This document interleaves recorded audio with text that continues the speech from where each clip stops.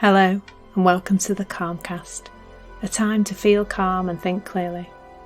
I'm Claire Downham, the Queen of Calm, a transformational life coach. I was a burnt out head teacher who finally made the journey to calm after years of trying, and I want to prevent you from having to do the same. The Calmcast is a series of short explorations, gently guiding you back to your natural state, which is calm and clarity.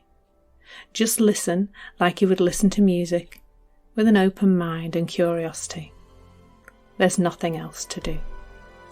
Now let's relax into today's episode. Venting is today's little exploration, and really it would have been my Olympic sport of choice at one point. Unfortunately, they don't do it in the Olympics, so that was a shame, really, wasn't it? They couldn't actually win a medal by venting, but it really was something that I engaged in an awful lot and thought I was quite good at, because, of course, at that point, I thought I was right most of the time. And a lot of my venting came from seeing other people's behaviour and things that went on in the world and basically seeing them as stupid. That was pretty much where it came from.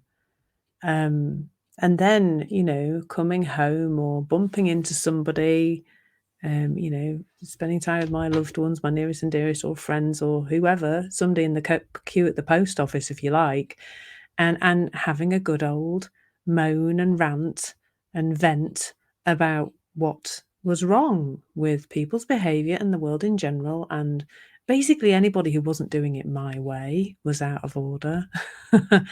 Trust me, there's still a bit of it about. I still can go there sometimes, because I'm human, and I think sometimes when we're bringing some awareness to an area of perhaps our behaviour that we think we might like to be different, the whole habitual stuff takes a while to go. But I really come from the place now of, knowing that I've always been doing the best I can with the thinking that looks real to me. And I can apply that to me. And now, because I apply that more broadly to everybody else, in fact, I probably applied it to other people before I could really apply it to myself, that understanding, like that's not a doing, it's not a prescription, it's a description, then I tend to get a lot less caught up in in being bothered about what the people do or say or think, but getting caught up in the venting about it. And the underpinning thing, the underpinning understanding that created that transformation was dropping really a misunderstanding. So I've gained some understanding, but actually much more than that, it's the dropping of the misunderstanding. So the misunderstanding is that our feelings can come from anywhere outside of us. And when you're venting, it's really quite self-perpetuating, because it's coming from a misunderstanding. So if somebody, let's just take people's behaviour, because that's generally what we vent about, isn't it? Or what our boss did, or what some client did, or what some other person at a networking event did. That's what the venting is. Often comes from, although I suppose if you're a news watcher, you might vent about the news or what's going on in the world right now, which may seem a little crazy. So when we start to vent, talking loudly and probably angrily and upset in an upset way to somebody else about how we're feeling about what's going on in the world, or we don't really realise what we're doing at the time often. The misunderstanding is that feeling that you've got while you're venting, which, let's face it, gets worse and worse, cannot possibly be coming from the person who you're venting about. Let's take the person's behaviour as an example. Because, well, first of all, they're not there. So, and the behaviour that they did, that's not there either. That happened a few hours ago. So there's immediately something to bring into question and get curious about. Because if you stopped thinking about and speaking about that situation, the other person's behaviour, you would immediately stop feeling horrible. So that's the clue, isn't it? That really is the clue. It's not the other person, it's not their behaviour, it's not what they did earlier today that wasn't in agreement with you, or that felt unkind, or that rude email they sent, or whatever else. It's our perspective on that. It's the thoughts that look real to us in that moment. And the thing with venting is, I said before, it's self-perpetuating. It's self-perpetuating because as we start to vent, we feel blooming awful, don't we? I'm not sure if I'm supposed to swear on here, but anyway, blooming will do. Very Yorkshire. It feels terrible. And so there's a bit of us in the misunderstanding that goes, oh, horrible feeling.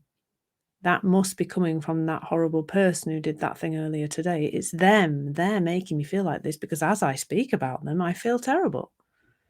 But it's not them. It's the speaking about them that's causing it. It's the thinking about, because of course, when we speak, that has to come from thought. It's our speaking and thinking about that person that's creating the feeling. It isn't the person.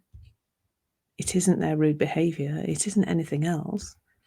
But of course, it's a trick then, isn't it? Because as we vent about them to our other half, or somebody in the queue at the post office, or a friend, or whatever, as we vent, we start to feel terrible. So increasingly it looks like, oh, it's that person, because I now feel more terrible because they're in my head again. It's just missing something really small, which is that misunderstanding, that the feelings don't come from that other person. They come from us. They come from our perspective and thought in the moment. But you can see how easily it is to get tricked by that, because it really does look like the venting. It's not the venting, it's the other person. But it's really the venting that's creating the feeling. I had my biggest realization around this. I probably shared this before, but I'm going to share it again because it was so profound. And it changed my perspective on this other person that I'm going to tell you the story about, like, tenfold. It really did. And it was, it was was it last summer? I've lost track of time now. Summer 2020, when I managed a camping holiday in Bournemouth, 270 miles away from my home in Yorkshire. And I got a message from my son, and the message said, it wasn't my fault. Don't you love teenagers? How they start messages. It wasn't my fault, but I've had a car crash. And so, 270 miles away, my little boy, my baby, he was 18, not really a baby, but he's still my baby, had a car crash. And when I got on the phone to him, I discovered that his father had picked him up from the crash site from a write-off. His car was written off. It was a pretty serious collision at quite high speed. Had picked him up and then just dropped him off at his girlfriend's house without taking him to A&E to be checked out. Now, if you're, accessing, listening to this content and you're thinking, well, I wouldn't take him to hospital either, that's fine, isn't it? Because and I know now that it was just my opinion that you should take somebody to the hospital after a car crash. I found it's most people's opinion, but as I began to feel the venting starting, and I really was like, what the, no, how don't, there was lots of expletives, which I won't share with you now, came out of me. And I felt terrible. I could feel I was shaking. There was anger. And just in that second, there was just this click somewhere in me, like an insight. Oh, he's 270 miles away. This isn't coming from him. And then as I quietened down, just this realization that he really did not know anything different. He was doing the best he could with the thinking he had available to them. And if you're, a parent or anybody listening to this and you're thinking, who doesn't take their child to the A&E after a car crash? Well, my ex-husband, I guess. But that doesn't mean he's wrong. It just means in that moment he didn't have anything different available. But for me, the venting that was about to start just fell away because it was just this real, like, oh God, no, he's not here. He's not here prodding me or putting adrenaline in my system. That feeling isn't coming from him, it's coming from me. And that, allowed that moment of venting to just stop in its tracks, really. So it's everything you're suffering with is created through this misunderstanding of where your experience is coming from. And the invitation here always is just to really get curious about that and start to just explore and be open to see what there is to see, because there is so much to see. Thank you so much for listening. There's nothing to do now but bring some awareness to how this is working out in your life. Listen regularly to experience longer and longer periods of calm. This has been the Calmcast with Claire Downham, Queen of Calm. Take care and keep listening.